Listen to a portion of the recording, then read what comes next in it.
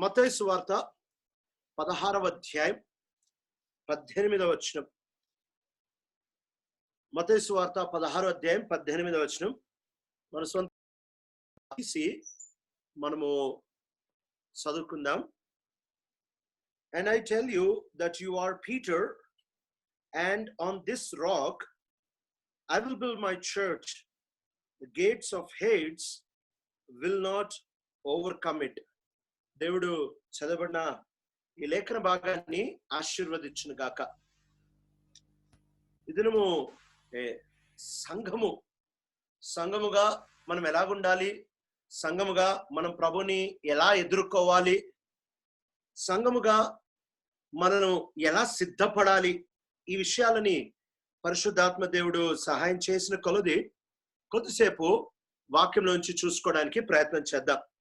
ఇక్కడ మత్తయి సువార్త 16వ అధ్యాయంలో ఫస్ట్ టైం ఈ సంఘం అనే మాట యేసు ప్రభువారు మాట్లాడడం మనం చూస్తా రావచ్చు.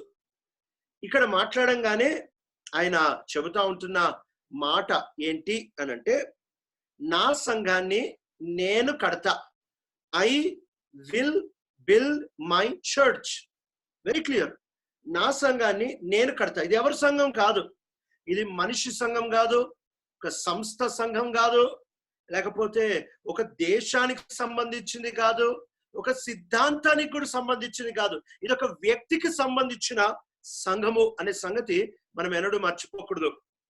దిస్ ఇస్ గాడ్స్ చర్చ్, ఇది దేవుని సంఘము. ఈ మాట, సంఘం అనే మాట కొత్త నిబంధనలో మనం చూస్తా వచ్చినట్లయితే దాదాపు 105 సార్లు ఇంగ్లీష్ బైబిల్లో మనకి మాట కనపడతా ఉంటుంది. అయితే ఫస్ట్ టైం వార్త వచ్చినప్పుడు ఎప్పుడు ఈ మాట వాడుతూ ఉంటున్నారు అని అంటే అడుగుతా ఉంటున్నారు, ఇదిగో ప్రజలు నా గురించి ఏమనుకుంటున్నారు, what do people say the son of man is. ఏమనుకుంటున్నారంటే వాళ్ళు ఈ మాట ఆ మాట ఈ మాట చెప్తా వచ్చిన తర్వాత ఏమనుకుంటున్నారు చెప్పిన తర్వాత అప్పుడు స్ట్రైట్ గా అడుగుతున్నాడు, మీరేమనుకుంటున్నారు, who do you think I am. మీరేమనుకుంటున్నారు. ఆ మాట మీరు అనే మాటని ఈ సీమోను తీసుకొని చెప్తా ఉంటాడు, ప్రభా నీవు సజీవుడైన దేవుని కుమారుడైన క్రీస్తువి అని ఎప్పుడైతే చెప్తాడో అప్పుడు మొత్తం కొత్త నిబంధనలోనే ఫస్ట్ టైం సువార్తల్లో యేసు ప్రభువారు, first time, last time, only time యేసు ప్రభువారు ఒక వ్యక్తి పేరు పెట్టి ఆశీర్వదించబడిన వాడా అని పిలిచింది ఇక్కడే. ఇంకెక్కడ ఆయన సువార్తల్లో ఏ మనిషిని పేరు పెట్టి ఆశీర్వదించబడిన వాడా లేక ఆశీర్వదించినట్టు మనం కొత్త నిబంధనలో దాదాపు లేకపోతే సువార్తల్లో మనం చూడము. ఎందుకు అనంటే సంఘం అనే అద్భుతమైన అంశం దగ్గరకు వస్తా ఉంటున్నప్పుడు దాన్ని అర్థం చేసుకోవడం కూడా ఒక ఆశీర్వాదం అంట. దాన్ని అవగాహనలోనికి తీసుకోవడం కూడా ఒక ఆశీర్వాదం. It was a great blessing అంటున్నాడు యేసు ప్రభువారు అంటున్నారు, blessed are you Simon son of Jonah. ఇక్కడ సంఘం యొక్క ప్రత్యక్షత ఆరంభం అవడం మనం చూస్తా రావచ్చు. ఎప్పుడు ఆరంభమైంది? ఏదో వాళ్ళు చెప్పింది వీళ్ళు చెప్పింది అనుకున్నప్పుడు కాదు. చాలాసార్లు మనం సంఘం అంటే ఎక్కడో ఎవరో ఏదో చెప్పేసింది, ఏదో పుస్తకంలో రాసేసింది, లేకపోతే ఏదో భక్తుడు చెప్పేసింది, ఏదో సిద్ధాంతం చెప్పింది, సంఘం చెప్పింది, ఆ విషయాలని ప్రాముఖ్యంగా ఆధారం చేసుకొని బహుశా మనం వాటి మీద నిలబడతా ఉంటున్నామేమో. సంఘం వాటి మీద కట్టబడుతూ, సంఘం కట్టబడేది it is on a personal relationship with Christ. యేసు క్రీస్తు ప్రభువారితో ఒక వ్యక్తిగత సంబంధం, యేసు క్రీస్తు ప్రభువారితో ఒక వ్యక్తిగత లోతైన ఆ అనుభూతితో సంఘం కట్టబడతా ఉంటది. అందుకనే ఇక్కడ హూ యూస్ అయ్యాం, నాకు ఎవరేమనుకుంటే అది అనవసరం. సంఘం నేను కట్టాలి అంటే లోపలుండే వాళ్ళు నా గురించి ఏమనుకుంటా ఉంటున్నారు, నాతో వాళ్ళకు ఉంటా ఉంటున్న సంబంధం ఏంటి ఇక్కడ చెప్తా ఉంటున్నాడు. Blessed are you Simon son of Jona, for this was not revealed to you by man but by my father in heaven. 18వ వచనం. And I tell you that you are Peter. ఇక్కడ యు అనంటే నీవు పేతురువి అనంటే వాస్తవంగా ఈ నీవు పేతురువి అంటే చాలాసార్లు మనం ఒక్క పేతురే అనుకుంటాం. అయితే యేసు ప్రభువారు ఇక్కడ ఒక్క పేతురు గురించి మాట్లాడట్లేదు. ఆయన మాట్లాడే మాట ఏంటి అనంటే ఆ మాట ఇంగ్లీష్ లో చాలా బాగుంటది. 15వ వచనంలో బట్ వాట్ అబౌట్ యూ అంటే తెలుగులో ఎట్లా ఉందో తెలియదు కానీ ఇంగ్లీష్ బైబిల్లో అయితే బట్ వాట్ అబౌట్ యూ అంటే నీవైతే ఏమనుకుంటున్నావు. ఆ నీవు అన్నప్పుడు 12 మందిని కలిపి మాట్లాడుతున్నాడు. నీవైతే ఏమనుకుంటున్నావు అంటే 12 మందిని కలిపి మాట్లాడుతూ ఉంటున్నాడు. ఇప్పుడు ఇక్కడ ఏమంటున్నాడంటే నీ మీద అనంటే మొట్టమొదటిది ఆయన అనే ఆ వ్యక్తిగత బండం మీద కడతాడు. అక్కడితో ఆగట్లేదు. అపోస్తులు అనే పునాది మీద ఎఫ్ఎస్సీలకి రాస్తా వచ్చిన పత్రికలో మనం చూస్తా వచ్చినట్లయితే 2వ అధ్యాయం 20వ వచనంలో అపోస్తులు అనే పునాది మీద ఆయన సంఘాన్ని కడతా ఉంటున్నాడు. ఈ సంఘాన్ని కట్టేటప్పుడు ఈ మాట మొదలు పెట్టగానే సంఘం కొరకు దేవుడు ఏమి చేశారు లేక ఎంత శక్తి ఇచ్చారు అనే మాట మనము ఈ సందర్భంలో చూస్తా రావచ్చు. యేసు ప్రభువు తన నోటితో సంఘం లేకపోతే చర్చ్ అనే మాట 2 సార్లు కొత్త నిబంధనలో లేకపోతే సువార్తల్లో పలుకుతా వచ్చారు. ఒకటి మత్తయి సువార్త 16వ అధ్యాయం మనం చదువుతా వచ్చిన ఆ వచనము. రెండవది మత్తయి సువార్త 18వ అధ్యాయం 17వ అధ్యాయం 17వ వచనం. మత్తయి సువార్త 18:17. If he refuses to listen to them, tell it to the church. And if he refuses to listen even to the church, treat him as you would a pagan or a tax collector. ఇక్కడ ప్రభు చెప్తా ఉంటున్న మాట ఏంటి తెలుసా? ఒకవేళ సంఘం మాట వినకపోతే ఆ వ్యక్తిని ఒక అన్యుణ్ణి చూసినట్టు చూడు, లేకపోతే ఒక సుంకపు గుత్తదారుడు చూసినట్టు చూడు. అంటే ఇంకో మాటలో కంప్లీట్ రిజెక్షన్. అంటే సంఘానికి ఎంత అథారిటీ ఇస్తా ఉంటున్నాడు అంటే ప్రభు సంఘానికి ఎంత స్థానం ఇస్తా ఉంటున్నాడు అని అంటే సంఘం యొక్క ప్రిన్సిపల్స్ ని, సంఘం యొక్క నియమాలని, సంఘం యొక్క ఆ పద్ధతుల్ని, లేకపోతే సంఘం యొక్క ఆత్మ నడిపింపుని, సంఘం యొక్క అధికారానికి, సంఘం యొక్క పోకడికి, సంఘము యొక్క రాకడికి వ్యతిరేకంగా ఉంటా నీ ఆత్మీయతని పెంచుకుంటా ఉంటున్నావు అని అనుకుంటా ఉంటే ప్రభు ఎంత డైరెక్ట్ గా చెప్తున్నాడంటే ఒకవేళ సంఘం చెప్పినా వినకపోతే ఆ వ్యక్తిని తీసేసేయి. Treat him as a pagan. ఆ వ్యక్తిని ఒక అన్యుణ్ణి చూసినట్టు చూడు. దేవుడు సంఘానికి చాలా వాల్యూ ఇచ్చాడు. దేవుడు సంఘాన్ని చాలా గంభీరంగా చూస్తా ఉంటున్నాడు. సరే, సంఘానికి దేవుడు ఇచ్చిన శక్తి ఏంటి? ఈ సంఘం అనే కాన్సెప్ట్ ని ఒక 3 కోణాల నుంచి ఈ దినము చూసుకోవడానికి ప్రయత్నం చేద్దాం. ఫస్ట్ ఆఫ్ ఆల్ సంఘానికి దేవుడు లేక యేసు ప్రభువు ఇచ్చిన అధికారం ఏంటి? ఇది మనము ప్రభుత్వం అయితే చూసుకోబోయే మొదటిది. రెండోది, సంఘము ఏమి చెయ్యాలి? అధికారం తీసుకున్నాం, మంచిదే. సంఘము ఎలా ఈ భూమి మీద బ్రతకాలి, ఏమి చెయ్యాలి, సంఘం యొక్క పనేంటి? ఇది రెండోది. మూడోది, ఈ సంఘము చివరికి ప్రభుతో ఎలా జతపరచబడుతుంది, లేకపోతే వివాహం ఎలా జరుగుతుంది, అసలు లాస్ట్ పెళ్లి ఎలాగుంటది? ఈ 3 విషయాలు నాకు ఇచ్చిన సమయంలో చూసుకోవడానికి ప్రయత్నం చేద్దాం. మొట్టమొదటిది మనం చూస్తా వచ్చినట్లయితే సంఘానికి ఆయన ఇచ్చిన అధికారం ఏంటి? What is the power that he has given a church? నేటి దినం కూడా చెప్తా వచ్చాను. కొత్త నిబంధనలో ఆయన ఏ నియమం కూడా సదుపాయం లేకుండా, శక్తినివ్వకుండా ఆయన ఏ నియమాన్ని చేయమని చెప్పరు. కాబట్టి సంఘానికి పని పరిచర్య ఇవ్వక మునుపు దేవుడు సంఘానికి ప్రాముఖ్యంగా శక్తిని ఇస్తా వచ్చాడు. ఏం శక్తిని ఇస్తా వచ్చాడు అని అంటే ఈ మత్తయి సువార్త 16వ అధ్యాయంలో మనం చూస్తా వచ్చేట్లయితే మొట్టమొదటి ఆయన మాట్లాడటమే on this rock I will build my church. మనకు సంఘానికి ఉంటున్న అతి పెద్ద శక్తి ఏంటి తెలుసా?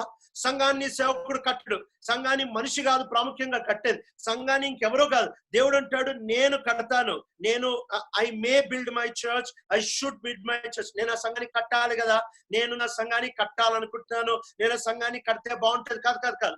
నువ్వు ఏం చేసినా, నువ్వేం చేయకపోయినా, ఎవరేం చేసినా, ఎవరేం చేయకపోయినా, ప్రపంచ పరిస్థితులు ఎట్లా మారకపోయినా ఆయన అంటున్నాడు I will build my church. నా సంఘం నేను కడతానంటే కడతాడంతే. ఆయన దానికి కావలసిన విధానంలో ఆయన నిర్మించుకుంటాడు. ఆయన ఖచ్చితంగా కడతాడంటే కడతాడు. హౌ మనకి తెలీదు, but he will build his church. పరిస్థితులన్నిటిలో ఆయన తన సంఘాన్ని కట్టగలిగిన దేవుడుగా మాట్లాడుతూ ఉంటున్నాడు. ఈ సంఘాన్ని కడతా అనగానే వెంటనే అంటున్నాడు, పాతాళ లోక ద్వారములు దాని ఎదుట నిలువ నేరవు. The gates of Hades will not overcome it. కాబట్టి ఒకటి ప్రాముఖ్యంగా మనం గమనించాలి ఏంటంటే, నిజమైన సంఘానికి ఎదురు పాతాళ లోక ద్వారములు నిలబడవు. ఇక్కడ ఒక విషయాన్ని మనం గమనించాలి. ఏంటి అని అంటే, పాతాళం వచ్చి సంఘంతో పోరాటలేదు. సంఘం పోయి పాతాళాన్ని కెలుక్కొని పాతాళము తలుపుల్ని తన్ని లోపలికెళ్ళి లోపల ఉంటున్న మృతులకి విడుదలని ఇచ్చి బయటకు తీసుకొని వస్తా ఉంటున్నారు. ఇదే కదా యేసు క్రీస్తు ప్రభువారు చేస్తా వచ్చింది సిలువలో. యేసు క్రీస్తు ప్రభువారు పాతాళంలోనికి ఎందుకు దిగుతా వచ్చారు అని అంటే, వై డిడ్ హీ డిసెండ్? మనం ఎఫెసీయులకు రాస్తా వచ్చిన పత్రికలో మనం చదువుతా వచ్చినట్లయితే అసలు యేసు క్రీస్తు ప్రభువారి ఆరోహణము గురించి రాస్తా ఉండి ఇంకో మాటలో చివరి, what is the end of this world, what is the purpose of this universe, ఈ విశ్వం యొక్క ఉద్దేశం ఏంటి, ఈ విశ్వం యొక్క పక్షంగా దేవుని యొక్క చివరి కోరిక ఏంటి అనే విషయాన్ని రాస్తా ఈ మాట చెప్తా ఉంటున్నాడు. ఆ మాట చదువుకొని మళ్ళీ వద్దాం. ఈ మత్తయి సువార్త 16వ అధ్యాయం, ఎఫెసీయులకు రాస్తా వచ్చే పత్రిక 4వ అధ్యాయం నుంచి. ఎఫెసీయులకు రాస్తా వచ్చే పత్రిక 4వ అధ్యాయం 8వ వచనం. This is why it says, when he ascended on high, he led captives in his train and gave gifts to men. ఎవరైనా దయచేసి కొంచెం తెలుగులో చదవగలరా ఈ మాట? ఎఫెసీ 4:8వ వచనం. ఎఫెసీ 4:8వ వచనం. అందుచేత ఆయన ఆరోహణమైనప్పుడు చెరను చెరగా పట్టుకుని పోయి మనుషులకు ఈవులను అనుగ్రహించినని చెప్పబడి ఉన్నది. అనండి, చెరని చెరగా పట్టుకొని పోయి మనుషులకు ఈవులను అనుగ్రహించను. ఏంటి చెరని చెరగా పట్టుకొని పోవడము? చెరని చెరగా పోవడము అంటే, చెర అనంటే కట్టబడిన వాళ్ళు. ఆయన ఎవరినైతే జయించాడో వాళ్ళని బంధించాడు. ఏ రాజు అన్న గనక ఒక రాజ్యానికి వెళ్ళి ఆ రాజ్యాన్ని జయిస్తే ఆ రాజ్యంలో ఉంటున్న వాళ్ళని చెరగా పట్టుకొని తీసుకొని పోతాడు. ఇది లోతు దినాల్లో మనం చూసుకుంటారు. ఇది లోతు దినాల్లో మనం చూడొచ్చు. సిక్లగ్ దగ్గర దావీదు విషయంలో కూడా మనం చూస్తా రావచ్చు. ఏంటి అనంటే, దొరికిన వాళ్ళని దొరికినట్టే తీసుకొని వెళ్ళిపోతా వచ్చారు. యేసు క్రీస్తు ప్రభువు మరణంతో ఎప్పుడైతే ఆయన జయించి ఆయన పాతాళంలోనికి దిగిపోతా వచ్చారు. ఆ మాట 9వ వచనంలో ఉంటుంది. when he what does he ascended mean except that he also descended to the lower earthly regions. ఆయన ఆరోహణం అయ్యాడంటే దాని అర్థం ఏంటి? ఆయన కిందకి దిగాడనే కదా అర్థం. కిందకి ఎందుకు దిగాడు అని అంటే, ఈ సంఘంతో ఒక మాట చెప్పాడు కదా, పాతాళ లోక ద్వారములు నీ ఎటు నిలబడలేవు. అయితే పాతాళ లోక ద్వారములు లోపల నుంచి మృతులు వేసేసుకున్నారు. ఈ ద్వారము మూయబడిన ద్వారం. ఈ ద్వారము పూర్తిగా వాని చేతిలో పెట్టుకుంటా వచ్చాడు. ఈ యొక్క ఇంటి గురించి మాట్లాడితేనే, ఈ ఇంటిలో ఉంటున్న సొత్తు గురించి మాట్లాడితేనే యేసు క్రీస్తు ప్రభువారు చెబుతా ఉంటున్నారు. ఎప్పుడైతే ఒక బలవంతుని ఇంటి గురించి మాట్లాడుతూ ఉంటాడు. ఆ మాటలు మీరు తర్వాత చదువుకోవచ్చు. లూకా సువార్త 21వ అధ్యాయం లూకా సువార్త 11వ అధ్యాయం 21, 22 వచనాల్లో మనం చూస్తా వచ్చినట్లయితే, లూకా సువార్త 11వ అధ్యాయం 21, 22 వచనాలు. Luke's gospel chapter 11 versus 21, 22. ఒక బలవంతుడు ఉన్నాడు. ఆ బలవంతుడు వాని ఇంటిని చాలా జాగ్రత్తగా కాస్తా ఉంటాడు. ఏంటిది? పాతాళము. వాని ఇంటిని చాలా జాగ్రత్తగా కాస్తా ఉంటున్నాడు. అది వాని ఇల్లు. It is his ever lasting residence. అక్కడ వాడు ఉంటాడు. అదే వాని స్థానం, అదే వాని ఇల్లు. వాని ఇంటిని వాడు కాపాడుకుంటున్నాడు. వాని ఇంటిని వాడు కాపాడుకుంటున్నప్పుడు బైబిల్ చెప్తా ఉంటున్న మాట, వాని కంటే శక్తి కలిగిన వాడు అంటే యేసు క్రీస్తు ప్రభువు వాడిని జయించి, వాడిని ఓడించి, ఆ తర్వాత అక్కడితో ఆగట్లేదు, వాడిని ఓవర్కవర్ చేసి వాని ఆయుధాలన్నీ తీసి వాని దగ్గర ఉంటున్నది అంతా తీసుకొని, ఈ మాటని ఒకసారి ఎఫెసీ 4 మనం ఇందాక చదువుతా వచ్చాం కదా, ఆ వచనానికి పోల్చి చూస్తా వచ్చినట్లయితే ఇక్కడ ఏమంటున్నాడంటే, చెరని చెరగా పట్టుకున్నాడు. అంటే ఆ దినాన్న పాతాళం యొక్క శక్తి అంతటిని చెరలాగా పట్టేశాడు. ఆ దినాన్న శత్రు యొక్క బలం అంతటిని చెరలాగా పట్టేశాడు. ఆ దినాన్న శత్రు యొక్క ప్రణాళికలన్నింటినీ చెరలాగా పట్టేశాడు. ఆ దినాన్న సంఘానికి విరోధం ప్రతి దాన్ని, దేవునికి విరోధంగా పోరాడుతా దేవుని చిత్తాన్ని వ్యతిరేకిస్తున్న ప్రతి దాన్ని చెరగా పట్టేస్తా వచ్చాడు. ఎప్పుడైతే చెరగా పట్టేసి he took them as captives, వాళ్ళని బందీలుగా, ఖైదీలుగా తీసుకొని పోయాడు. ఆయన సొత్తు కాదు ఇది శత్రు సొత్తుని కట్టి తీసుకొని పోతా ఉంటాడు, బంధించి తీసుకొని పోతున్నాడు. సర్పం యొక్క తల చితగొట్టబడి ఆ చితగొట్టబడిన సర్పాన్ని తీసుకొని పోతా ఉంటున్నాడు. తీసుకొని పోయేటప్పుడు వాస్తవంగా ఈ మాట కీర్తనలో ఉంటున్న మాటనే పౌలు ఎఫెస్సి సంఘానికి 4వ అధ్యాయంలో రాస్తున్నాడు. కానీ కీర్తనలో ఉంటున్న మాటని పౌలు కొంచెం మార్చాడు. కీర్తనలో ఒక మాట ఉంది, పౌలు ఈ మాటని కొంచెం మార్చాడు. కీర్తనలో ఏముంది, పౌలు ఏం మార్చాడు? ఇందాక మనం చదువుతా వచ్చాం కదా, ఆయన చెరగా తీసుకొని పోయి మనుషులకి బహుమానాలు ఇస్తా ఉంటున్నాడు అని రాయబడతా ఉంది. వాస్తవంగా పాత నిబంధనలో దీని మాట ఈ అసలు మాట ఏంటి ఆ మాట కూడా చదువుదాం. ఎఫెసీయులకు క్షమించండి, కీర్తన 68, కీర్తన 68 18వ వచనం తెలుగులో చదువుతారు ఎవరైనా? కీర్తన 68 18, సామ్ 68 and verse 18. నీవు ఆరోహణమైతివి, పట్టబడిన వారిని చెరపట్టుకుని పోతివి, మనుషుల చేత నీవు కానుకలను తీసుకుని ఉన్నావు. గమనించండి, ఇక్కడ అక్కడేమో కీర్తనలో ఏమంటున్నాడు తెలుసా? మనుషుల చేత నీవు కానుకలు తీసుకొని ఉన్నావు. కీర్తనలో ఆయన రాస్తా అంటున్నాడు, మనుషుల చేత నీవు కానుకలు తీసుకున్నావు. కానీ ఎఫెసీకి వచ్చేటప్పటికి పౌలు ఆ మాటని కొంచెం మార్చి రాస్తా వచ్చాడు. ఏమంటున్నాడంటే, మనుషులకి నువ్వు ఈవులు ఇస్తా ఉంటున్నావు. అక్కడేమో తీసుకోవడం అంటారు, ఎఫెసీలో ఇవ్వడం అంటారు. ఏంటి అంటే చాలా సింపుల్. మనం లూకా 11లో దీనికి జవాబు చూస్తా రావచ్చు. ఏంటి అంటే, ఆయన వెళ్ళాడు, జయించాడు, జయించిన తర్వాత చెరలో ఎవరైతే పట్టబడతారు కదా వాళ్ళందరూ కానుకలు ఇవ్వాలి. వాళ్ళందరూ ట్రిబ్యూట్, వాళ్ళందరూ ఇవ్వాలి, కానుకలు ఇస్తా పోవాలి. ఏంటంటే, సార్ మీరు మమ్మల్ని జయించారు కదా, ఈ రోజు నుంచి మీకు ఇస్తా ఉంటాం. అందుకనే పన్నులు కడతా ఉంటారు రోమీలకి ఇశ్రాయేలు ప్రజలు. అట్లానే ఇక్కడ కూడా మనం చూస్తా వచ్చినట్లయితే యేసుక్రీస్తు ప్రభువారు ఎప్పుడైతే జయిస్తా వచ్చారో ఇప్పుడు వారు పన్నులన్నీ లేకపోతే వారు ఈవులు ట్రిబ్యూట్స్ అన్ని యేసు ప్రభుకి ఇవ్వాలి. యేసు ప్రభుకి ఇచ్చిన ఈ ట్రిబ్యూట్ ఇది కీర్తన చెప్పేది ఏంటంటే వాళ్ళ ప్రభుకి ఇస్తారు. కీర్తనకారుడు పాత నిబంధనలో తనకుంటున్న అవగాహన ఎక్కడి వరకు వెళ్ళింది అంటే వాళ్ళు యేసు ప్రభుకి ఇస్తారు అని తెలుసుకునే అవగాహన వరకు మాత్రమే వెళ్తా వచ్చింది. అయితే కొత్త నిబంధన సంఘాల్లో ఉంటున్న సంఘాన్ని ఎరిగిన పౌలుకి ఉంటున్న అవగాహన ఏంటంటే ఈ కానుకలన్నీ తీసుకొని ఆయన తన ప్రజలకి పంచుతాడు.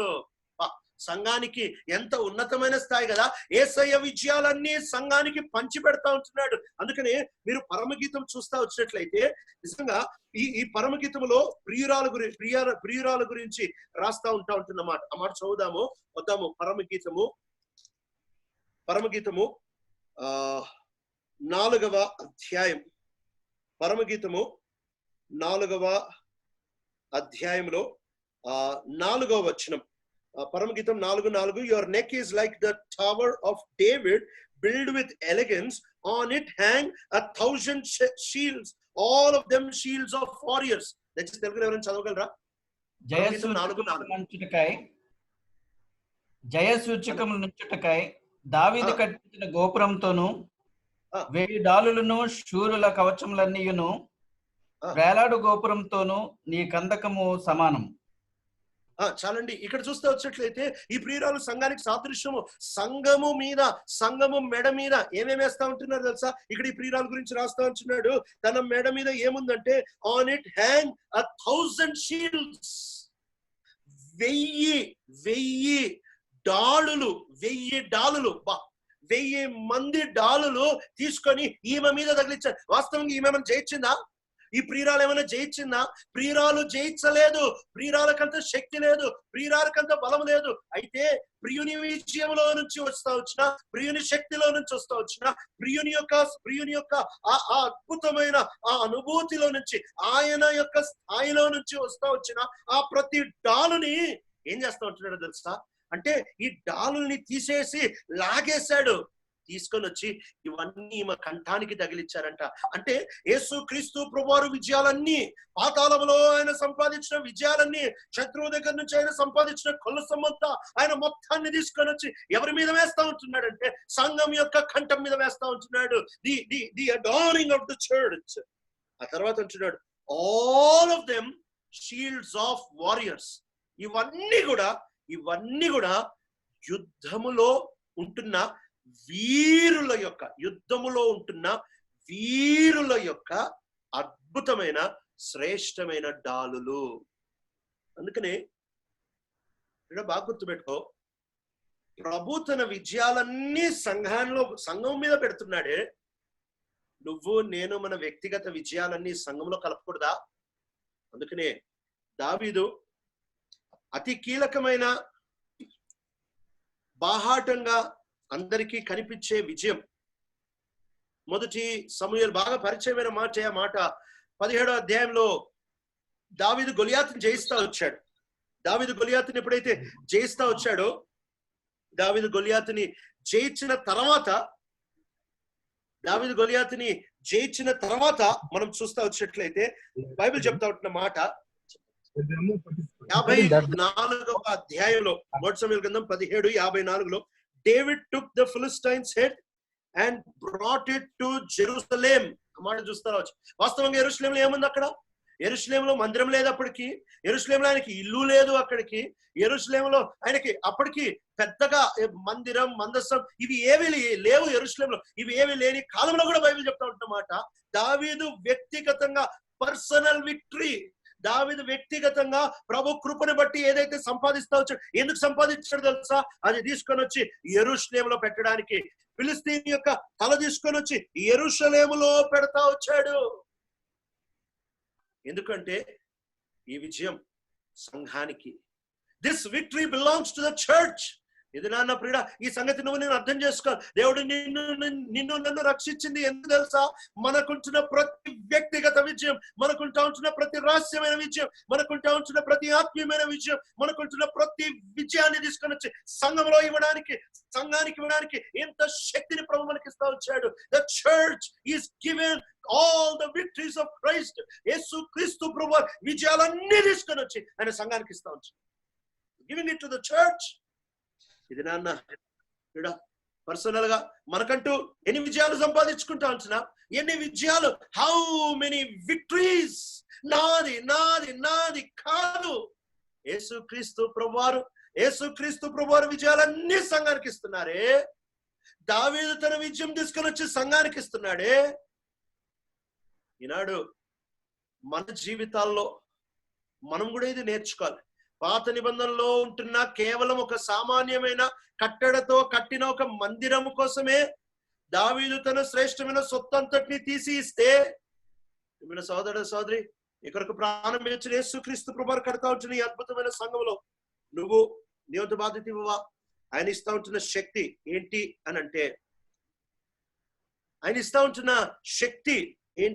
అనంటే, నేను నా సంఘాన్ని కడతా. ఈరోజు మన బలం ఏంటంటే, నువ్వు నేను కాదు సంఘాన్ని కట్టేది, ఆయన సంఘాన్ని కడతాడు.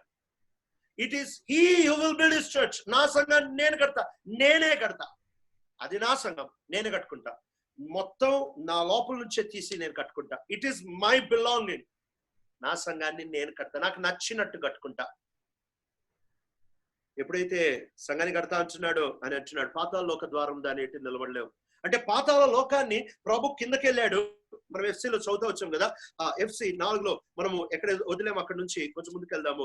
FC 4లో మనం చూస్తా వచ్చినట్లయితే ఆయన ఈవులను సంఘానికి లేకపోతే తన ప్రజలకు ఎప్పుడైతే పంచి పెడతా ఉంటాడో, ఆ తర్వాత బైబిల్ చెప్తా ఉంటున్న మాట 10వ వచనం, ఆయన కిందకి వెళ్ళడం, ఆయన పైకి రావడం, విజయం సంపాదించడం, ఆ విజయం ద్వారా వాళ్ళ దగ్గర నుంచి పన్నులు వసూలు చేయడం, ఆ పన్నులు వసూలు చేసి ఆ విజయాలన్నీ తీసుకొని ఆయన మనకి పంచి పెట్టడము, ఆయన హారముగా స్త్రీకి లేకపోతే సంఘానికి ఆయన తగిలించడం, వీటన్నిటి తర్వాత మనం చూస్తా వచ్చినట్లయితే 10వ వచనం, ఎందుకు ఇవన్నీ చేస్తా ఉంటున్నాడు, ఏంటి సంఘం పక్షంగా ఆయనకుంటా ఉంటున్న ఉద్దేశం ఏంటి అనంటే, ఇప్పుడు ఎఫ్ఎస్సి 4 11, 12 వచనాలు, ఈ కిందకి వెళ్ళడం, లేవడం, సంపాదించడం, అది సంఘానికి ఇవ్వడం, ఇదంతా అయిన తర్వాత అప్పుడు రాస్తున్నాడు ఈ మాట 11, 12 వచనాల్లో.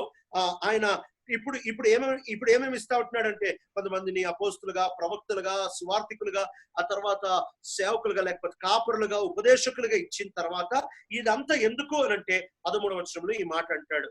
FSC 4:13, until we all reach unity in the faith and in the knowledge of the Son of God and become mature, attaining to the whole measure of the fullness of Christ. పూర్తి సంపూర్ణత, whole measure of the fullness of Christ, whole measure of the fullness of Christ. ఈ విషయాన్ని బాగా గమనించాలి. Whole measure of the fullness of Christ అంటే క్రీస్తు సంపూర్ణత యొక్క సంపూర్ణమైన పాలు. ఎంత పెద్ద మాట కదా, ఎంత పెద్ద మాట. ఎక్కడి నుంచి వస్తా ఉంది? 16వ వచనం రాస్తా ఉంటాడు. From him the whole body join and held together by every supporting ligament grows and builds itself up in love as each does its part. ఇక్కడ చూస్తా వచ్చేట్లయితే ఆయన ఈ సంఘాన్ని కడతా ఉంటున్నాడు. కట్టి ఈరోజు పాతాళాన్ని మన కొరకు తెరిచేశాడు. ఈరోజు వాడు మనల్ని ఎట్లా పోరాడుతున్నాడు, మనం ఎట్లా పోరాడతాం? ఎఫ్ఎస్సి 6 ఎఫ్ఎస్సీకి రాస్తా వచ్చిన పత్రిక 6వ అధ్యాయం. వాడు మనతో ఎట్లా పోరాడతాడు, మనం ఎట్లా పోరాడతాం, సంఘం ఎట్లా పోరాడుతుంది, వాడు శత్రువు ఎట్లా పోరాడతాడు. ఎఫ్ఎస్సి 6 వాడు పోరాడేది ఎట్లా అంటే 16వ వచనం. ఎఫ్ఎస్సి 6లో మనం చూస్తా వచ్చినట్లయితే 16వ వచనం దయచేసి ఎవరైనా చదవగలరా తెలుగులో? ఎఫ్ఎస్సి 6 కాక విశ్వాసమును డాలు పట్టుకొనడి, దానితో మీరు దుష్టుని అగ్ని బాణములన్నిటిని ఆర్పుటకు శక్తిమంతులగుదురు. దుష్టుని అగ్ని బాణములు. ఈ అగ్ని బాణములు అని అంటే వాడు చాలా దూరం ఉన్నాడు, ఆడి దగ్గర రాడని కూడా బలం లేదు, వాడు దూరం నుంచి బాణాలు వేస్తా ఉంటున్నాడు. సామాన్యంగా ఒక్కసారి ఆగా ఆలోచిద్దాం. బాణాలు వాడు వేస్తా ఉంటున్నప్పుడు ఎదుటివాడు కూడా బాణాలు ఉపయోగించాలి. కానీ వాడు భయపడి దూరం నుంచి బాణాలు వేస్తా ఉంటే మనం బాణాలతో పోరాడలేదంట. ఆ తర్వాత వచనంలో చూస్తా వచ్చినట్లయితే మనం కత్తితో పోరాడుతూ ఉంటున్నాం. ఎందుకు అనంటే ఇది తెరవబడింది, వాని రాజ్యం అంతా తెరిచి పెట్టేశాడు మనకు. వాడు దాచుకొని వాడు దూరం వెళ్తా బాణాలు వేస్తాడు, కానీ మనం దూరం నుంచి బాణాలు వేసే వాళ్ళం కాదు. కత్తి తీసుకొని దూరం నుంచి పోరాడరు, కత్తి తీసుకొని స్ట్రైట్ గా దగ్గరకు పోతారు. 1-on-1 ఎంత దగ్గరికి వెళ్ళగలిగితే అంత దగ్గరికి వెళ్ళిపోయి కత్తి తీసుకొని పొచ్చేస్తారు. అందుకనే దావీదు గొలియాతు మీదకి వెళ్తా వచ్చినప్పుడు గొలియాతు తీసుకొని వచ్చిన ఆయుధాలు వేరు. అయితే దావీదు గొలియాతుని చంపేటప్పుడు దగ్గరికి వెళ్ళి తన కత్తి తీసుకొని మెడని కోస్తా వచ్చాడు. మన పూర్తి విజయం ఎక్కడో దూరం నుంచి భయపడుకుంటా ఏదో ప్రార్థన చేసి కాదు, మనం దగ్గరికి, ఎందుకంటే వాడి రాజ్యాన్ని తెరిచి పెట్టేశాడు మన కొరకు. ఇది నాన్న అది తెరవబడింది, ప్రభు లోపలికి వెళ్ళాడు, తెరిచేశాడు. ఇది నాన్న ప్రభు ఏమంటున్నాడు తెలుసా? మరణం యొక్కయో పాతాళం యొక్కయో తాళపు చెవులు నా యొద్ద ఉన్నాయి. ఇది ప్రకటన గ్రంథం 1:17-18 ఎట్లా వచ్చాయి ఈ మరణం యొక్క తాళపు చెవులు? యేసుక్రీస్తు ప్రభు వారి దగ్గరికి ఎట్లా వచ్చాయి అని అంటే ఆయన చెబుతా ఉంటాడు, దానికి కారణం చెప్తా ఉంటాడు. అది మొత్తం కలిపి ఒక వచనంలో రాస్తా ఉంటారు. ప్రకటన గ్రంథం 1:18 వచనంలో రాస్తా ఉంటాడు, నేను జీవించువాడని మృతుడనైతిని, అయితే ఇదిగో యుగ యుగములు సజీవుడనై ఉన్నాను, మరణం యొక్కయో పాతాళం యొక్కయో తాళపు చెవులు నా యొద్ద ఉన్నాయి. ఎట్లా? ఆయన చనిపోయి ఆయన పాతాళానికి దిగి ఆ తాళపు చెవులు తీసుకొని ఆయన ఆరోహణం అయిపోయాడు. ఇప్పుడు వాడు తలుపులు మూసుకోలేడు. మనం దాడి చేసి ఆ తలుపుల్ని తెరిచి లోపలికి వెళ్ళి ఖాళీ చేసేయచ్చు. కాబట్టి ఆయన సంఘానికి ఇస్తా ఉంటున్న అధికారం, సంఘానికి ఇస్తా ఉంటున్న ఆ శ్రేష్టమైన అధికారం పాత నిబంధనలో దీనికి ఎంత చక్కటి సాదృశ్యం ఉందంటే, ఎప్పుడైతే ఇస్సాకు కోసము రెబెక్కాని సిద్ధపరిచి తీసుకొని వస్తా ఉంటున్నారో, రెబెక్కాని సిద్ధపరిచి ఇస్సాకు కోసం తీసుకొని వస్తా ఉంటున్న సమయంలో ఆమెని ఆశీర్వదించే విధానాన్ని మనం చూస్తా వచ్చినట్లయితే చాలా విచిత్రమైన ఆశీర్వాదము. ఏం ఆశీర్వాదము అని అంటే ఆ మాట చదువుదాము. ఆదికాండము 24వ అధ్యాయము 60వ వచనము. రెబెక్క సంఘానికి సాదృశ్యం, ఇస్సాకు యేసుక్రీస్తు ప్రభువారికి సాదృశ్యం, ఎలియాజరు పరిశుద్ధాత్మ దేవునికి లేక ఈ దాసుడు పరిశుద్ధాత్మ దేవునికి సాదృశ్యం. ఎప్పుడైతే సంఘాన్ని తీసుకొని వెళ్తా ఉంటున్నాడో అప్పుడు ఈ సంఘాన్ని అక్కడ ఉంటా ఉంటున్న వాళ్ళు ఇస్తా ఉంటున్న ఆశీర్వాదం. ఆదికాండం 24వ అధ్యాయం 60వ వచనం చదువుతారా ఎవరైనా? వారు రెబ్కాతో, మా సహోదరి నీవు వేలకు తల్లి వగదుగాక, నీ సంతతి వారు తమ పగవారి గవిని స్వాధీనపరుచుకుందరు. ఇక్కడ మనం చూస్తా వచ్చినట్లయితే నీవు వేలకు తల్లి వగదువు గాక, you our sister may you increase to thousands upon thousands. మొదలుపెట్టిన ఒక సామాన్యమైన ఒక్క స్త్రీగా మొదలు పెడతా వచ్చింది. ఒక్క స్త్రీగా మొదలుపెట్టిన ఆమె వేలగా మారిపోతా వచ్చింది. అందుకని యేసుక్రీస్తు ప్రభువు చెప్తున్నారు, నీతో I tell you are Peter అంటే ఆ ఒక్క చిన్న ముగ్గుతో ఆయన మాట్లాడుతూ వచ్చాడు. ఇది నాన్న మీరు చూస్తా వచ్చినట్లయితే వేలగా మారిపోతా వచ్చింది సంఘము. అక్కడితో ఆగట్లేదు, నీ సంతతి వాళ్ళు, మే యువర్ ఆఫ్ స్ప్రింగ్, మీ సంతతి వాళ్ళు శత్రు యొక్క గవినిని స్వాధీనపరచుకొందురుగాక. సంతతి వాళ్ళు అంటే ఎందుకు నువ్వు స్వాధీనపరచుకో అని చెప్పట్లే. It is you with and through the victory of your husband. నువ్వు నీ యొక్క భర్త మీ ఇద్దరి ద్వారా పుట్టే సంతతి అంటే ప్రభువు సంఘము ఇద్దరి బట్టి వచ్చే ఫలం. ఈ ఫలానికి దేవుడు అంటున్నాడు నీ శత్రువుల గవినిని. నిజంగా సంఘానికి ఎంత అధికారం ఇచ్చాడు కదా ప్రభు, ఎంత అధికారం ఇచ్చాడు ఈ సంఘానికి ప్రభు. నిజంగా ఈ దినాన్న మన జీవితాల్లో మనం ఈ అధికారాన్ని గమనిస్తా రావాలా. కాబట్టి సంఘం యొక్క అధికారాన్ని మనము సంఘానికి దేవుడు ఎంత ఇచ్చాడు, ఏ స్థాయిలో ఇచ్చాడు మనం గ్రహించగలిగితేనే నిజంగా ఈ సంఘం సాధ్యమా లేకపోతే అసాధ్యం. ఆయన శక్తి ఇవ్వకపోతే పాతాళం యొక్క ద్వారములపై పాతాళ ద్వారములు నీ ఏట నిలబడ జాలవు అనే శక్తిని కనుక దేవుడు సంఘానికి ఇవ్వకపోతే సంఘం నిలబడ జాలదు. ఇది దేవుడు ఇచ్చాడు. It is God's giving. అంతే, నువ్వు చేసింది కాదు. ఆయన సంఘానికి రాసి పెట్టేశాడు. ఇప్పుడు ఆయన సంఘానికి ఇంకా ఏమి ఇచ్చాడు? మత్తయి సువార్త 16:19 ఐ విల్ గివ్ యూ, నేను నీకు ఇస్తానేమో, ఐ మే గివ్ యూ, నేను నీకు ఇవ్వాలనుకుంటున్నా కాదు, ఐ విల్. ఇది ఖచ్చితం. ఈ విల్ అనే మాట ఇంగ్లీష్ బైబిల్ ఎప్పుడైతే వస్తుందో ఇది ఎవరి మీద ఆధారపడదు. ఇది ఎవరి మీద ఆధారపడదు.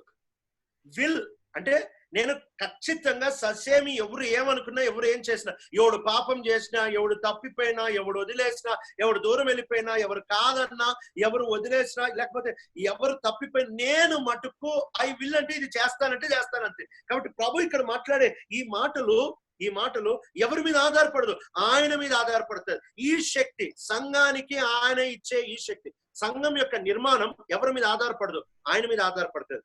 రెండవది సంఘం యొక్క శక్తి ఆయన బట్టి.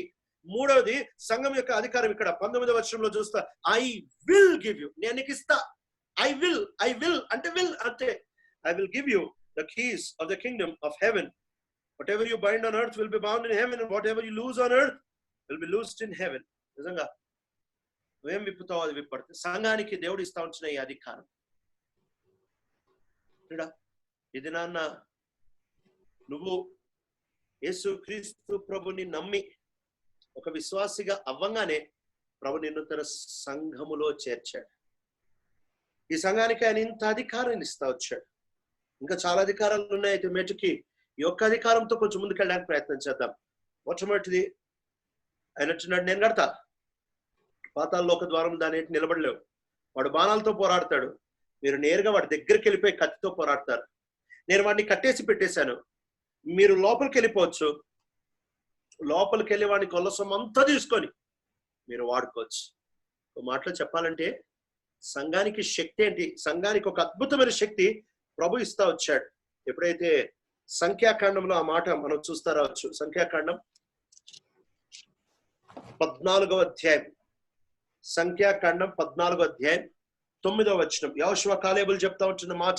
సంఖ్యాకాండం 14వ అధ్యాయం 9వ వచనం. తెలుగులో చదువుతారు ఎవరైనా? మెట్టుకు మీరు యెహోవా మీద తిరగబడకుడి, ఆ దేశ ప్రజలకు భయపడకుడి, వారు మనకు ఆహారం అగుదురు, వారి నీడ వారి మీద నుండి తొలగిపోయెను, యెహోవా మనకు తోడై ఉన్నాడు, వారికి భయపడకుడనివి. ఆ సర్వ చాలన్న ఇక్కడ మనం చూస్తా వచ్చినట్లయితే మనము వారి దగ్గరికి వెళ్తాం. ఎందుకంటే యెహోవా మనకు తోడుగా ఉన్నాడు. ఇంగ్లీష్ బైబిల్లో దేర్ ప్రొటెక్షన్ ఈస్ గాన్, వారి సంరక్షణ తీసివేయబడింది. వారి సంరక్షణ తీసివేయబడి their protection is gone before the children of Israel. Israel ప్రజల ముందు వారి సంరక్షణ వెళ్ళిపోయింది. ఇజ్రాయెల్ ప్రజలు వెళ్తే గోడలు పడిపోతాయి, ఇజ్రాయెల్ ప్రజలు వెళ్తే నదులు పారిపోతాయి, ఇజ్రాయెల్ ప్రజలు వెళ్తే పర్వతాలు గొర్రెలు పారిపోయినట్టు పారిపోతారు, ఇజ్రాయెల్ ప్రజలు వెళ్తే సూర్యుడు ఆగిపోతాడు, ఇజ్రాయెల్ ప్రజలు వెళ్తే చంద్రుడు ఆగిపోతాడు, ఇజ్రాయెల్ ప్రజలు వెళ్తే పైనుంచి పిడుగులు పడతాయి, ఇజ్రాయెల్ ప్రజలు వెళ్తే గుర్రాలు రథాల యొక్క చక్రాలు ఊడిపోతాయి, ఇజ్రాయెల్ ప్రజలు వెళ్తే సముద్రాలు తెరబడతాయి, ఇజ్రాయెల్ ప్రజలు వెళ్తే పైనుంచి మంట దిగిపోద్ది, ఇజ్రాయెల్ ప్రజలు వెళ్తే ఏదైనా జరిగిపోద్ది. ఎందుకు తెలుసా? వారి సంరక్షణ తీసేశాడు అంటుంది. ఓపెన్ వాళ్ళ ప్రొటెక్షన్ ని తీసేశాడు. దీనాన్న శత్రువు చుట్టూంటున్న ప్రొటెక్షన్, పాతాళం చుట్టూంటున్న ప్రొటెక్షన్ ని తీసేశాడు. మనకి ప్రొటెక్షన్ గా మనం ఎక్కడో దాచుకోవడం కాదు, వాడు దాచుకోవాలి. మనకంత శక్తి, సంఘానికి అంత శక్తిని ఇచ్చాడు. శత్రువు మీద పూర్తి వారి ప్రొటెక్షన్ తీసేస్తా వచ్చాడు. ఇది నాన్న మనం వెళ్ళి మన ఆహారం ఏంటి తెలుసా, మనం వారిని మింగేస్తాం. ఇంగ్లీష్ బైబిల్లో, తెలుగులో అయితే మనం వారు మనకి ఆహారం మగుదురు అని ఉంటది. అంటే మన బలం ఏంటంటే శత్రువుని స్వాధీనపరచుకొని శత్రువుని తినడమే మన బలం. శత్రువుని దేవుడు మనకి ఎందుకు అనుమతిస్తాడంటే బలంగా అనుమతిస్తాడు. శత్రువుని దేవుడు మనకి ఎందుకు అనుమతిస్తాడంటే ఒక సామాన్యంగా చూస్తా వచ్చినట్లయితే, శత్రువు యోగుని ఏదో చేసేద్దామని వచ్చాడు. ఏం చేశాడు? శుద్ధ సువర్ణంగా చేసిపోయాడు. పేతురుని ఏదో చేసేద్దామని వచ్చాడు. ఏం చేశాడు? ప్రబట్టినాడు. ఇంకో వాడు వస్తాడు, వాడు నిన్ను జల్లించాలంటున్నాడు. అయితే నేను కోసం ప్రార్థన చేశాను, నువ్వు బలపరచబడిన తర్వాత, అంటే after you will be strength, లేకపోతే after you will come back, తిరిగి వచ్చిన తర్వాత నీ సహోదరుని బలపరచు. ఏం చేశాడు? వాడు వచ్చాడు, జల్లిచ్చాడు. ఏం చేశాడు? పేతురు తన సహోదరుని బలపరచడానికి ఒక సాధనంగా చేసిపోయాడు అంతే. పౌలు దగ్గరికి వచ్చాడు, ముళ్ళు పెట్టాడు, ఏదేదో చేశాడు, లోపల నుంచి గుద్దాడంట. సైతాను యొక్క దూతగా నలగొడతా వచ్చాడండి. ఏం చేశాడు? ఎక్కువ కృప మీద ఆధారపడేవాడిగా చేశాడు. కాబట్టి ఇది నాన్న సంఘానికి దేవుడు ఇచ్చే శక్తి ఇది. ఏంటి అని అంటే, ఎల్లు నేను తలుపులు తీసి పెట్టేశాను, వాని తాళాలన్నీ నా దగ్గర ఉన్నాయి, నువ్వు లోపల ప్రవేశించవచ్చు, వాడిని జయించవచ్చు, వాడిని మింగేయచ్చు, వాని కొల్ల సొమ్మంతా నీదే, తీసేసుకో. దీనితో సంఘాన్ని అలంకరించు.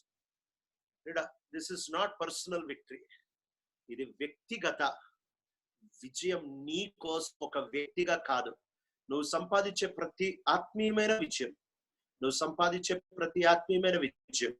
ఇది సంఘము కోసమే అనే సంగతి ఎప్పుడు మర్చిపోదు. కాబట్టి దేవుడు సంఘానికి ఇచ్చిన బలం శత్రుపై పూర్తి బలం ఇస్తా వచ్చాడు. ఇప్పుడు మన బాధ్యత ఏంటి? Okay, what is our responsibility?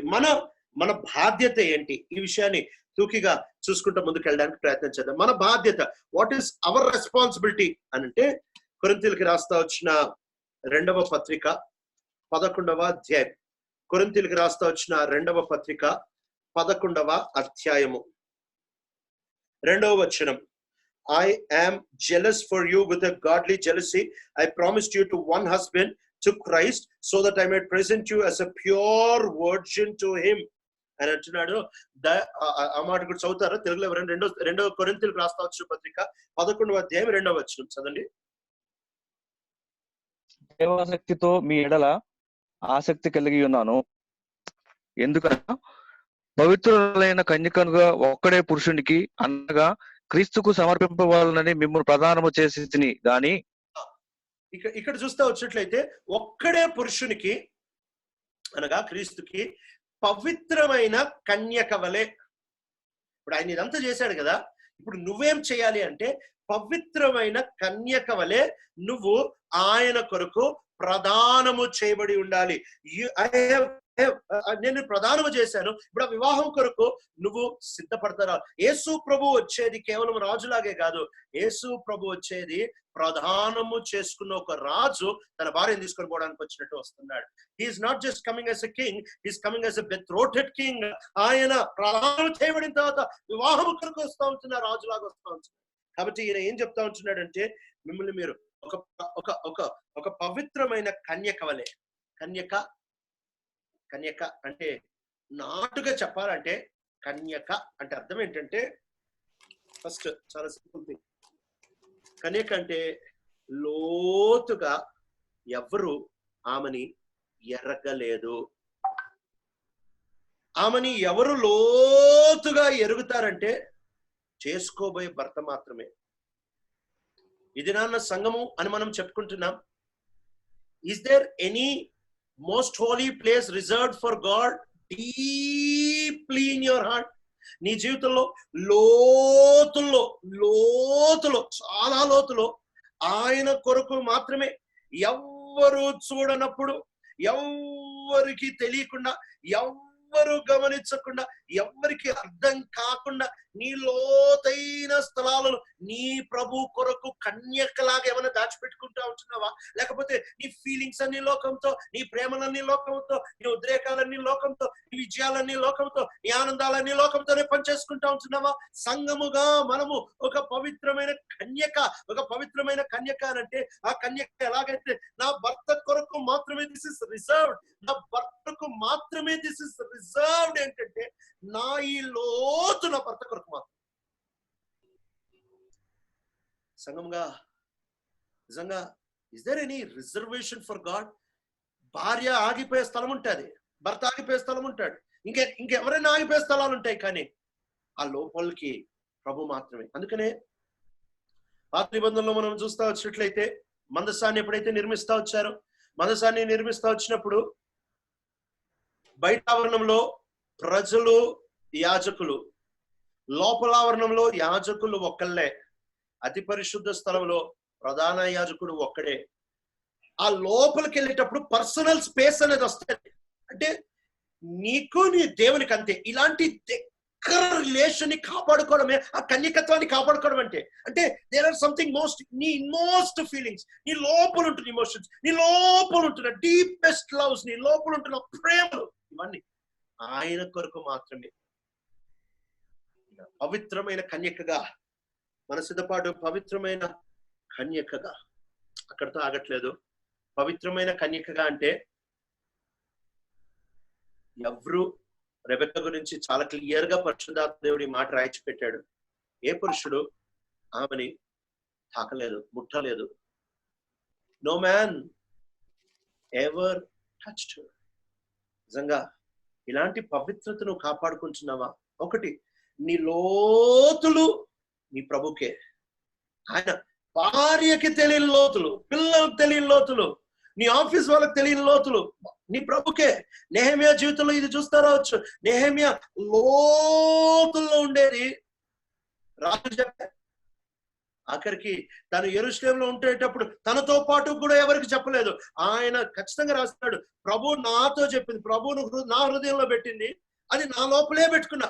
దావీదుకి దేవునికి కొన్ని రహస్యాలు ఉన్నాయి. There are something secret between David and the Lord. అందుకనే ఆ మచ్చు దావీదు లాస్ట్ లో సొలొమోనుకి చెప్పగలుగుతా వచ్చాడు. ఆ మచ్చు సీక్రెట్, అది దావీదుకే. నీ ప్రభుకి ఆ వ్యక్తిగత సంబంధం, నీకు నీ ప్రభుకి ఆ లోతైన సంబంధం ఏమన్నా దాచిపెట్టుకున్నావా? Is there any? అసలు మొత్తం పబ్లికా నువ్వు? ఈ చార స్త్రీ గురించి రాస్తా, గుణవతి అయిన స్త్రీ గురించి రాస్తా. సామెతలో డిఫరెన్స్ ఏంటి తెలుసా? ఆమె తన నీళ్లు లేకపోతే తన పదార్థాలన్నీ వీధిలో పంపిస్తుందంట. ఈమె తన పదార్థం తన దగ్గర పెట్టుకుంటే. మన పవిత్రమైన కన్యకైతే ప్రభు కొరకు మాత్రమే రిజర్వ్ చేసుకున్న టైమింగ్ ఉంటుంది, సమయాలు ఉంటాయి. ప్రభు కొరకు మాత్రమే రిజర్వ్ చేసుకున్న కొన్ని మాటలు ఉంటాయి. ప్రభు కొరకు మాత్రమే పక్కన తీసిన కొన్ని స్థలాలు ఉంటాయి. ప్రభు కొరకు మాత్రమే పక్కకు తీసిన కొన్ని భాగాలు ఉంటాయి. ప్రభు కొరకు మాత్రమే పక్కకు తీసిన కొన్ని భావోద్రేకాలు ఉంటాయి. ప్రభు కొరకు మాత్రమే పక్కకు తీసిన కొన్ని కన్నీళ్ళు ఉంటాయి. ఇది ప్రపంచంలో ఇంకెవరికి తెలియదు, ప్రభుకు తప్ప. ఇలా ఒక పవిత్రమైన కన్యకగా మనము తయారవగలుగుతున్నామా? ఎవరు ఏ పురుషుడు అన్నాడు అంటే you not playing around with the world. లోకం నీతో ఆడుకోనివ్వట్లేదు.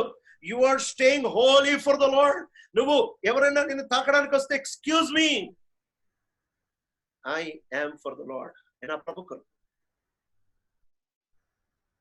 మూడోది, కన్యక అంటే ఆమె భార్య భర్తల యొక్క పరిశుద్ధమైన, మ్యారేజ్ బెడ్ ఈజ్ హోలీ అంటారు కదా. హెబ్రీ 13:4 వివాహం అనే విషయాల్లో ఘనమైనది. వివాహ ఘనత మాట్లాడంగానే పాన్పు నిష్కల్మషమైనది.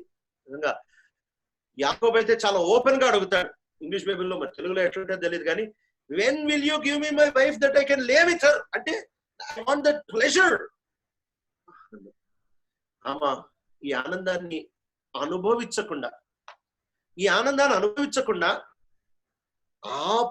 ఆగుతా ఉంటుంది నా ప్రియుడి కోసం.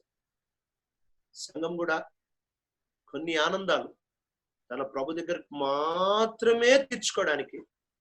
ఈ లోకంలో ఏ ఆనందాన్ని కాదంటది, ఈ లోకంలో ఎందరినో కాదంటది, ఈ లోకంలో అన్నిటినీ కాదంటది. అవసరమైతే నా ప్రభు ఇచ్చే ఆనందమే నాకు కావాలి. షడ్రక్ మేషక్ అబేద్నెగోలు అంటున్నారు, రాజా నువ్వు మమ్మల్ని రక్షించగలవు, కానీ నువ్వు ఇచ్చే రక్షణ మాకొద్దు.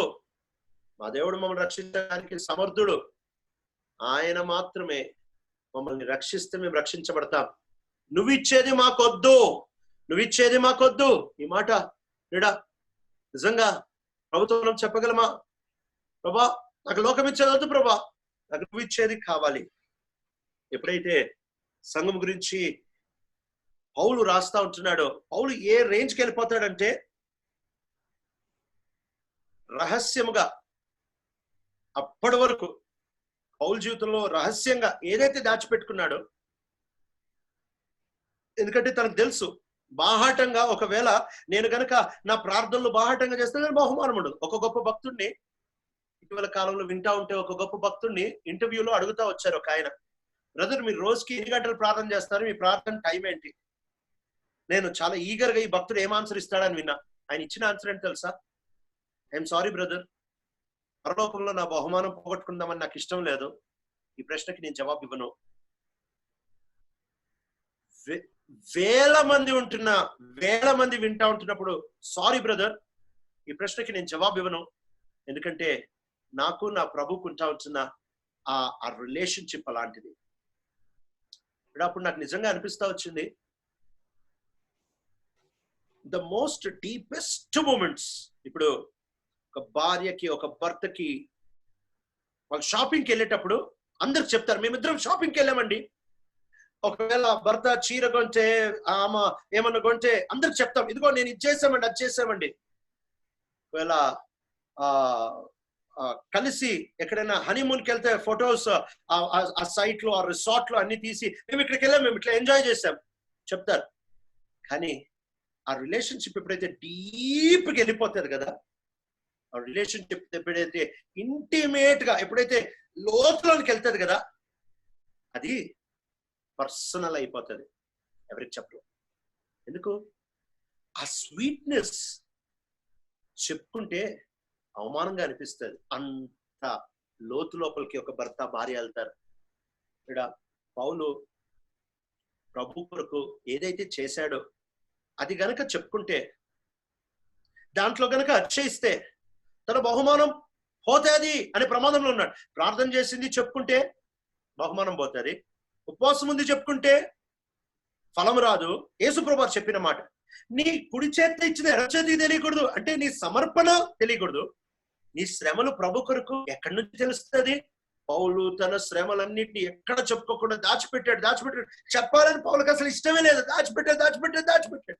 కానీ ఒక దినం 2 కొరింథీయుల రాసిన పత్రిక 11వ అధ్యాయానికి ఎప్పుడైతే వచ్చాడో, సంఘం గురించి మాట్లాడుతున్నాడు. ఈ సంఘం గురించి మాట్లాడేటప్పుడు పవిత్రమైన కన్యకగా ఉండు సంఘమా అని ప్రోత్సహించడానికి ఇంకా తట్టుకోలేక, నా బహుమానం పోతే పోని, నాకు పరలోకంలో బహుమానం లేకపోయినా పర్లేదు, నేను కష్టపడింది నేను వీళ్ళకి చెబుతాను, ఎందుకంటే వీళ్ళు పవిత్రమైన కన్యకగా ఉండడం నాకు ఎంత ప్రాముఖ్యమో వీళ్ళకి అర్థం కావాలని ఫస్ట్ టైం కొన్ని సంవత్సరాలుగా, కొన్ని దశాబ్దాలుగా తన గుండెల్లో దాచిపెట్టుకుంటా వచ్చిన ప్రతి బాధ, శ్రమ, కష్టాన్ని ఒక్కసారి బైబిల్ గ్రంథంలో 2 కొరింథీయుల 11లో మొత్తం కక్కేశాడు.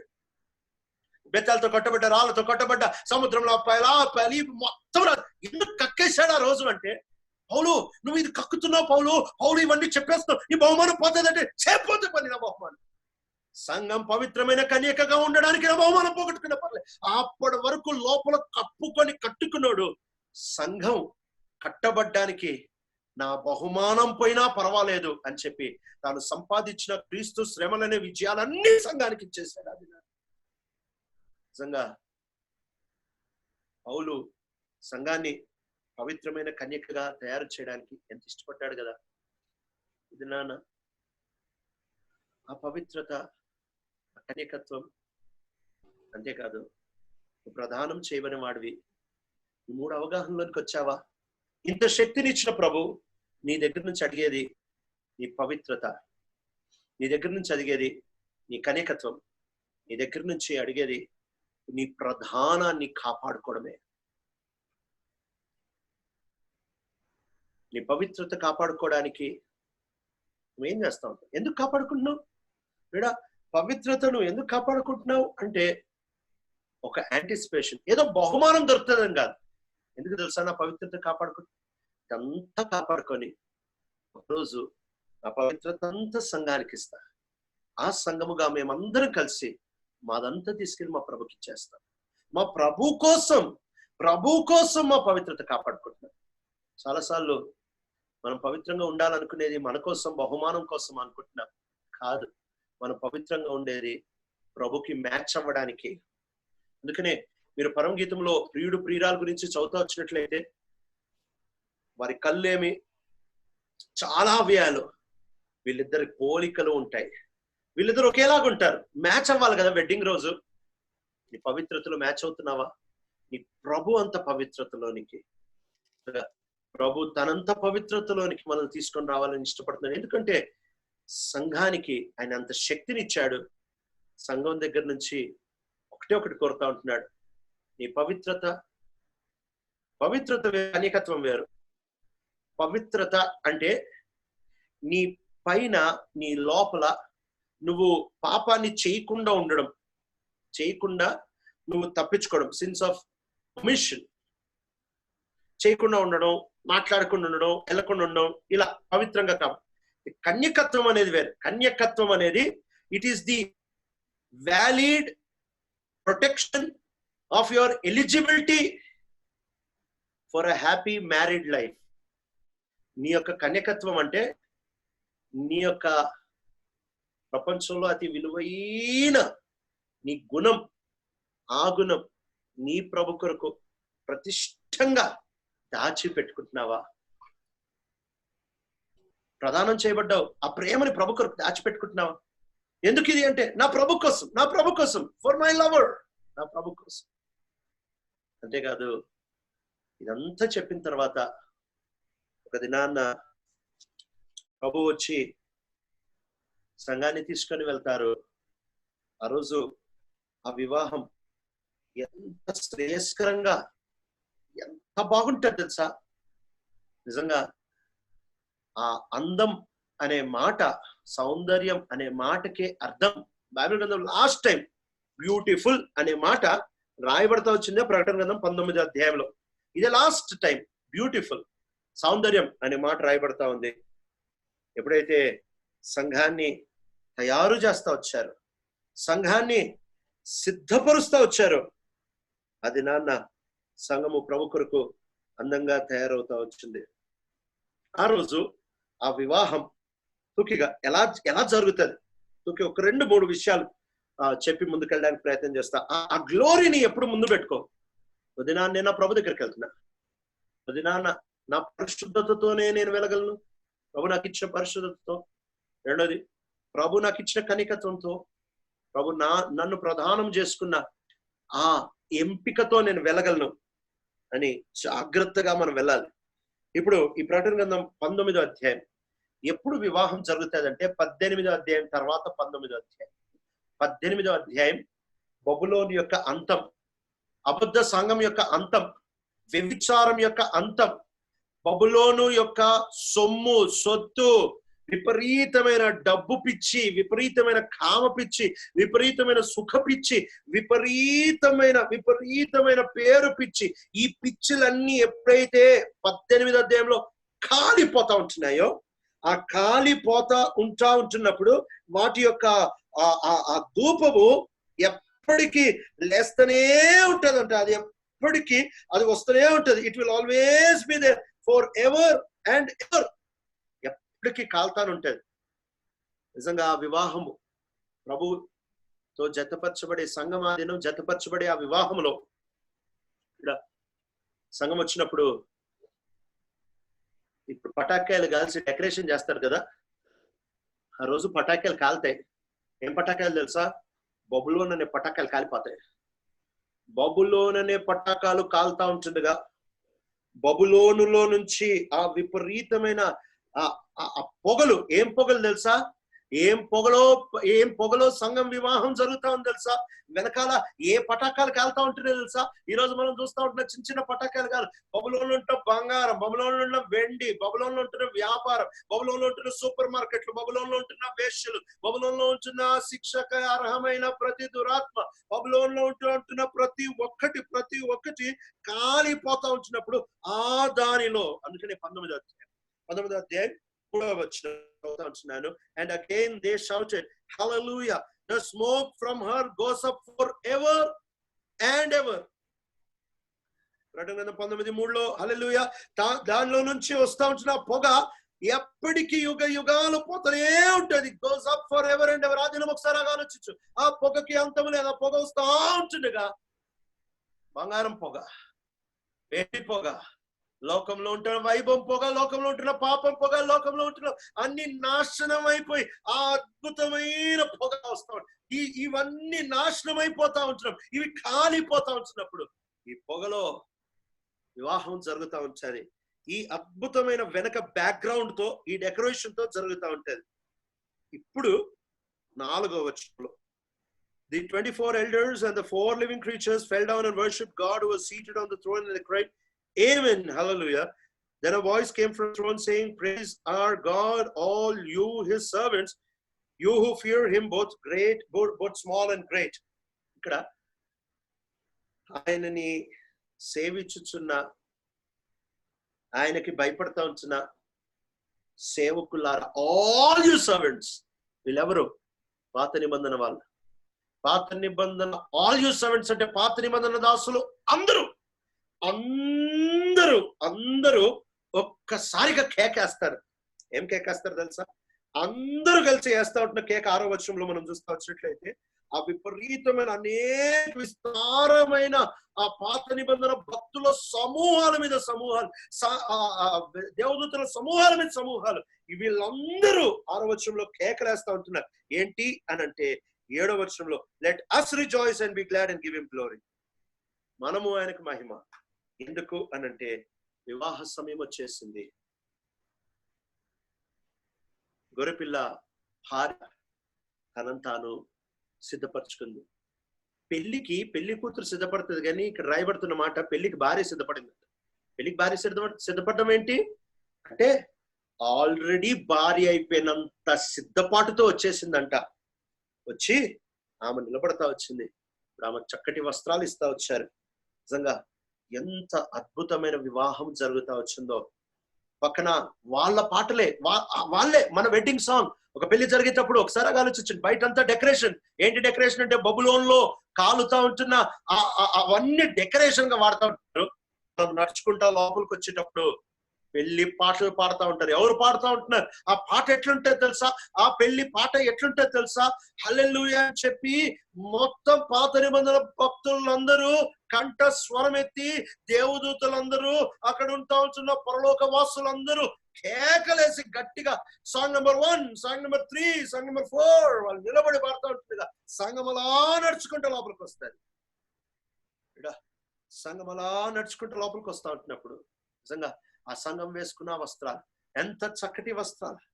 ఆ వస్త్రం కడగబడిన వస్త్రం, మెరుస్తా ఉంటున్న వస్త్రం, సరపు నారబట్ట, ప్రభు కడిగించిన బట్టలు. ఇది తీసుకొని వచ్చి ఇక్కడ ఫస్ట్ టైం బైబిల్లో మనం చూస్తా వచ్చినట్లయితే ప్రకటన గ్రంథంలో 10వ వచనంలో సంఘం ఎప్పుడైతే వివాహానికి సిద్ధపడతా ఉంటారు, ఈ దర్శనాన్ని ఎప్పుడైతే యోహాన్ చూస్తాడో ఎంత వైభవంగా ఉంటుందంటే 10వ వచనంలో ఆరాధించడానికి కింద పడతాడు. ప్రకటన గ్రంథం 1వ అధ్యాయంలో ప్రభుని చూసినప్పుడు చచ్చిన వాని వలె పడతాడు. కానీ ప్రకటన గ్రంథం 19వ అధ్యాయంలో సంఘం యొక్క వివాహాన్ని యొక్క దర్శనాన్ని ఎప్పుడైతే చూస్తాడు కదా, ఫస్ట్ టైం ప్రకటన గ్రంథంలో ఈ వ్యక్తి సాగిల పడతాడు. ప్రభువా ఏమి పని చేసావు ప్రభా? యోహాను అంటున్నాడు, ఏం పని చేసావు ప్రభా? మత్తయి సువార్త 16వ అధ్యాయంలో నేనున్నప్పుడు సంఘం గురించి మొదటిసారి మాట్లాడాడు. ఆ రోజు అదొక గుంపు అనుకున్నా. ఆ రోజు అదొక చిన్న శేషం అనుకున్నాను, ఆ రోజు అదొక చిన్న ముక్క అనుకున్నాను. ఇప్పుడు ఇంత కొంచెం చివరికి తీసుకొని వచ్చి ప్రకటన గ్రంథం 19వ అధ్యాయానికి వచ్చినప్పటికి మత్తయి సువార్త 16వ అధ్యాయంలో నువ్వు మాట్లాడిన సంఘం ఇదేనా? ఆ చిన్న గుంపుగా ఆరంభించబడిన సంఘం ఇంత పెద్దగా అయిపోయిందా? ఇంత వైభవమా? ఇంత ఇంత మహిమనా? ఇంత ఆభరణనా? ఇంత అలంకరణనా? అది నాన్న వివాహము జరుగుతుంది ఆత్మీయంగా మాట ఆలోచన. ఆ మాట తెలుగు బైబిల్లో ఉంటుంది. నేను కన్నడలో చదవలేదు, హిందీలో చదవలేదు, ఇంగ్లీష్లో చదవలేదు. Lord will be with their people అని ఉంటుంది. కానీ తెలుగు బైబిల్ ఏముంటుంది తెలుసా? ఆయన వారితో కాపురం ఉండును. ఆ మాట చదివి వణుకొచ్చేసింది. ఆయన వారితో కాపురం ఉండును. సోదరుడు సోదరి, ఇచ్చగలవా? నువ్వు ఏ సంఘంలో భాగం, నువ్వు ఏ సంఘములో ఒక భాగము ఇచ్చగలవా? ఒక దినాన ప్రభు కాపురం ఉండును. అబ్రాహాము, మోషే, దానియేలు, మలాకి, జఫన్యా, జకర్యా నిలబడి పాటలు పాడేవాళ్ళు. మనం నడిచే వాళ్ళం. మనం పెళ్లి కుమార్తె. పిలవని వాళ్ళే అంత ధన్యులైతే మనం పెళ్లి కుమార్తె. మనం నడిస్తే మన ధన్యత ఎంత గొప్పది కదా. అది నాన్న మనం లోపలికి వెళ్తాం. అదే నాన్న కర్టన్ క్లోజ్ అయిపోతుంది. యేసు ప్రభు సంఘం ఇడా పరిశుద్ధాత్మ దేవుడు బైబిల్లో లాస్ట్ కనపడేది ఎక్కడ తెలుసా? లాస్ట్ పరిశుద్ధాత్మ దేవుడు బైబిల్లో లాస్ట్ కనపడేది ప్రకటన గ్రంథం 22వ అధ్యాయం 16వ వచనంలో మనం చూస్తూ వచ్చినట్లయితే లాస్ట్ ఆయన అంటాడు. ఆ మాట చదువుకుందాం. ప్రకటన గ్రంథం 22వ అధ్యాయం లేక 17వ వచనం, 17th verse, 17వ వచనం చదువుతారు ఎవరైనా తెలుగులో? ఆత్మయు పెండ్లి కుమార్తెయు రమ్ము అని చెప్పుచున్నాను, వినివాడును రమ్ము అని చెప్పాలి. చాలన్నా ఇక్కడ చూస్తా వచ్చినట్లయితే the spirit and the bride. పరిశుద్ధాత్మ దేవుడు ఆ రోజు యేసుప్రభు దగ్గరికి వచ్చి ఎలియాజరు ఎలాగైతే రెబెక్కాని తీసుకొని వచ్చి ఇస్సాకు చేతిలో పెట్టేసి సంతోషముగా వాళ్ళిద్దరు ఆనందాన్ని చూశాడు.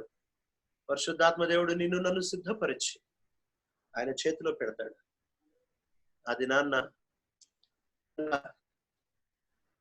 అదే లాస్ట్. ప్రభా పరిశుద్ధాత్మ దేవుడు చెప్తున్నాడు, ప్రభా రా, బ్రైడ్ రెడీ. ఎంత గురుతరమైన బాధ్యత మన మీద ఉంది కదా. ఇప్పుడు ప్రభు సంఘం అనే మాట లాస్ట్ టైం వాడేది ఎక్కడ తెలుసా? 16వ వచనంలో అంటాడు, this is the testimony for the churches, I am the route. నేను వేరు, నాలో ఉంటున్న పదార్థమే ఇప్పుడు సంఘం లోపలికి వచ్చేసింది. తన లోపల ఉంటున్న గుణాలు ఇప్పుడు సంఘంలోనికి వచ్చేసాయి. తన లోపల ఉంటున్న నైజం ఇప్పుడు సంఘం లోపలికి వచ్చేసింది. సంఘం యొక్క వైభవం ఊహించగలవా? ఆ వైభవం కోసం, ఆ ప్రణాళిక కోసం అంత శక్తి పొందినందుకు మనం చేయాల్సింది 3. పవిత్రత కాపాడుకో, విజయవంతమైన జీవితం కొరకు పోరాడు. ఆయనే ఇస్తాడు నా సంఘాన్ని నేను కడతా అని మాట ఇచ్చిన వాడు మాట తప్పడు కదా. 2వది కన్యకత్వాన్ని కాపాడుకో. నీ లోతులన్నీ ప్రపంచానికి తెరిచి చూపించొద్దు. నీ ప్రభు కంటూ ఒక స్థలాన్ని పక్కన పెట్టే. నువ్వు ఈ లోకంలో అందరి కోసము, కేవలం లోకం కోసం సృష్టించబడిన వాడు కాదు. నీ ప్రభు కోసం పదిలపరచబడిన వాడు. మొదటి ప్రధానం చేయబడిన వాడు. నువ్వు ఎదురు చూడాల్సింది ఒకటి, ఎప్పుడు వస్తాడా నా ప్రియుడు, ఎప్పుడు వస్తాడా నా ప్రియుడు. ఇది నాన్న విజయవంతమైన జీవితం జీవిస్తా. ప్రభుకి దాచిపెట్టిన ఒక స్థానాన్ని నీ జీవితంలో కాపాడుకుంటా, ఒక సమయాన్ని, ఒక స్థలాన్ని, ఒక విధానాన్ని, ఒక ప్రేమని, ఒక సొమ్ముని, ఒక భాగాన్ని దాచిపెట్టుకుంటా. ప్రపంచానికి తెలియకుండా దాచిపెట్టుకుంటా.